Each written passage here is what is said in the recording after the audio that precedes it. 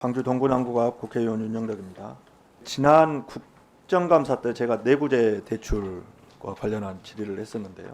가장 적극적으로 답변을 했던 기관이 우리 금융감독원입니다. 우리 원장님께 감사드리고요. 그래서 이후에 이 업무가 어떻게 돼가고 있는지 이번에 보고를 좀 받았는데 아쉽게도 생각보다 속도가 잘 나지 않는 것 같더라고요.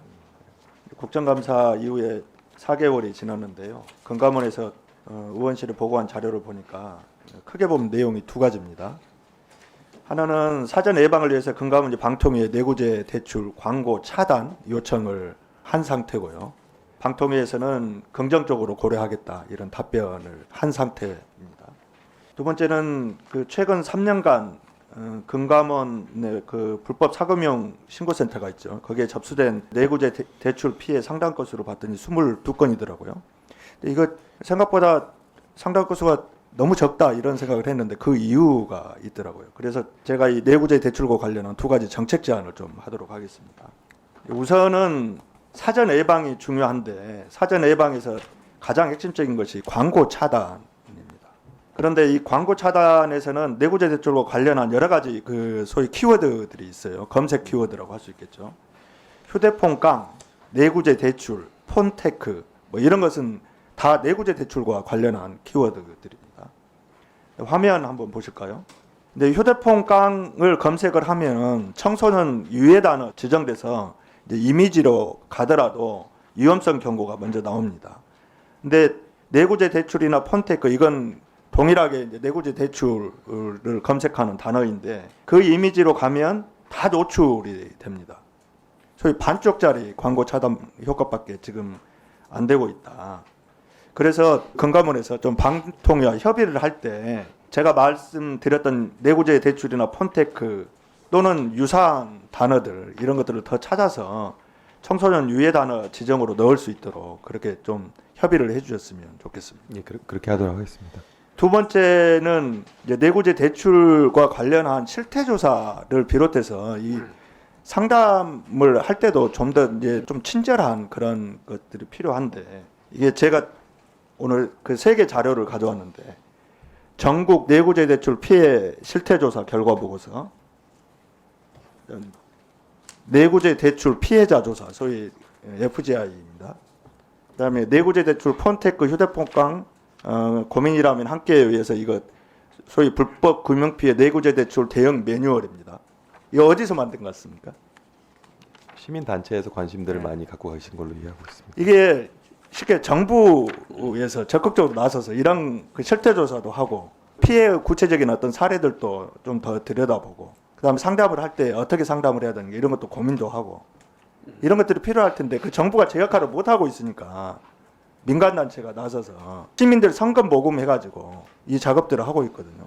방금 보여드린 자료는 지난번 이제 국감 때 증인으로 오셨던 광주 청년직업 트레이닝 센터에서 만든 건데요. 먼저 그 전국 내구재 대출 피해 실태조사 결과 보고서 한번 볼게요. 내구재 대출 관련 기관 관계자 91명 대상으로 조사한 겁니다. 이제 관계자를 통해서 보니까 내구재 대출 피해 사례 전국 평균을 보면 최근 3년간 13.8회 1인당 피해 금액이 444만 7천 원. 내구재 대출을 하는 주된 이유는 생활비 마련이 70% 이상, 20대 피해자가 70% 이상입니다. 심각한 상황인데요.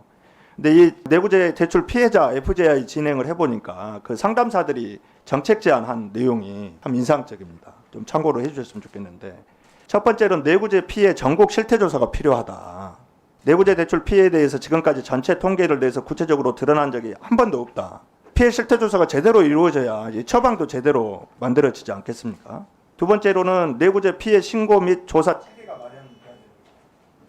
이런 제안을 하고 있습니다. 아까 피해 신고센터에 22건 상담사를 있었다고 그랬지 않습니까? 3년간 그 정도 이렇게 적은 이유가 있어요.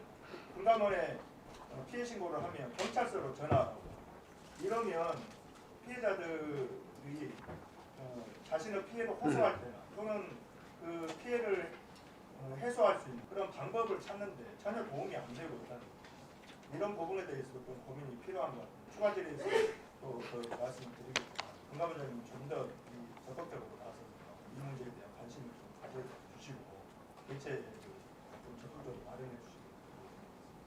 네, 지난번 사실 지적 이후에 저희도 조금 더 과거 이제 기계적으로 법령을 해석해서 이제 금융의 영역이 아니라고 했던 그런 태도들을 많이 고치고 노력은 하고 있습니다만 부족한 부분이 있다는 위원님 말씀 공감하고 더 계속 노력하고 구체적인 내용에 대해서는 뭐 여러 가지 관심 있는 시민단체 등과 또 계속 협의해서 진행하겠습니다.